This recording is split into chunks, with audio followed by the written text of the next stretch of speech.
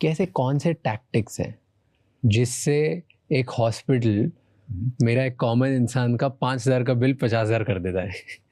मैं ये समझता हूँ कि कम से कम 25 से 40% हेल्थ केयर में ऐसी करप्शन हर रोज़ होती रहती है। ओके, ये भी पता नहीं कि जो मरीज़ वहाँ पर गया कौन सी इंजेक्शन दे रहा है। एग्जैक्टली। कभी स्टेरल वाटर के इंजेक्शन भी दे सकता है। ओके, बोलेंगे कि मैं पेनिसिलिन दिया हूँ, नहीं तो मैं एंटीबायोटिक दिया हूँ आपको।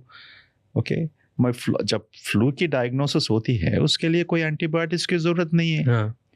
ओके, क्यों इनको एंटीबायोटिक्स देना? अगर ये लोग इंश्योरेंस में है, CGHS में है, हाँ।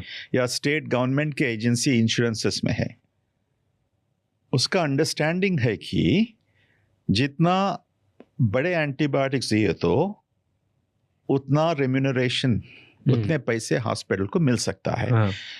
सो मैं ये भी सुना कि दूसरे हॉस्पिटल से कुछ लोग बोलते हैं, वहाँ के जो इंश्योरेंस में काम करते हैं, वो डॉक्टरों के ऊपर प्रेशर डालते हैं कि बिकॉज मैनेजमेंट से डॉक्टरों के ऊपर ये प्रेशर डालते हैं, अरे भैया एंटीबायोटिक्स लिखो, आपको इंट्रावेनस एंटीबायोटिक्स पेपर में लिखो, नहीं दिए तो भी लिखो, आप ओरल एंटीबायोटिक्स दे रहे हो तो भी हम ये IV एंटीबायोटिक्स दे बोल के लिखो, और जो एंटीबायोटिक का एक्सपेंसिव एंटीबायोटिक है, ज़्यादा कॉस्टली है, अगर और लिखे तो हमारे को रिएम्बर्समेंट ज़्यादा आता।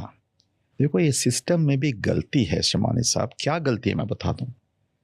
सेंट्रल गवर्नमेंट, स्टेट गवर्नमेंट, ऐसे पब्लिक एजेंसीज में ओके, पेशेंट जब हॉस्पिटल में एडमिट होता है उसके लिए काफ़ी दूसरे ज़रूरतों की ज़रूरत पड़ती है। उनके ग्लव्स होते हैं ओके, इन्फेक्शन कंट्रोल के लिए, ओके, उनका जो सैनिटेशन इश्यूज है and all of this things, ये पूरे जो भी होते हैं ना, पेशेंट के गाउन्स होते हैं सब, उसका कोई खर्चा वो नहीं देते हैं।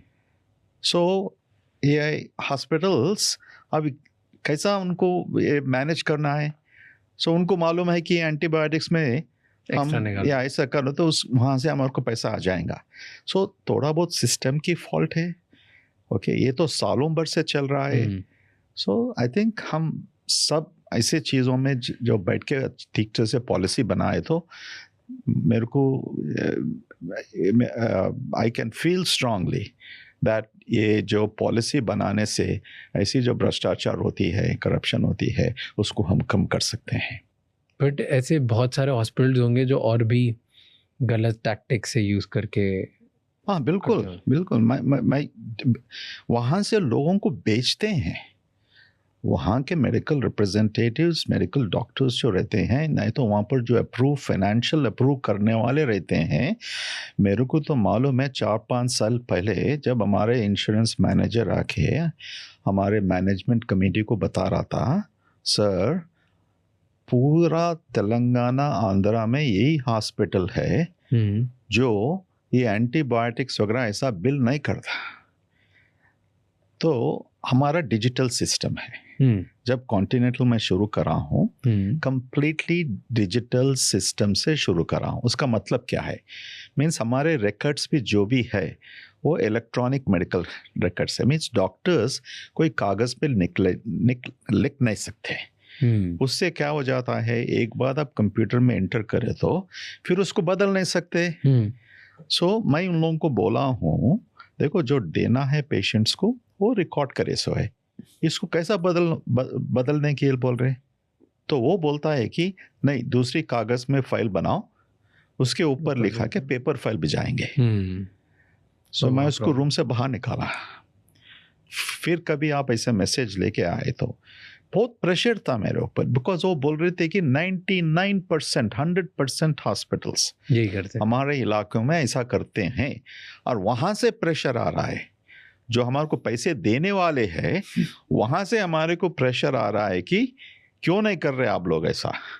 ओके, सो ये सिस्टम्स की प्रॉब्लम है, इसको ठीक तरह से स्टडी करना और इजी फिक्स करना है। इजी फिक्स करना, जहाँ पैसे देना है वो देना है, जहाँ पैसे कम करना है वो कम करना है। जब the system will become good.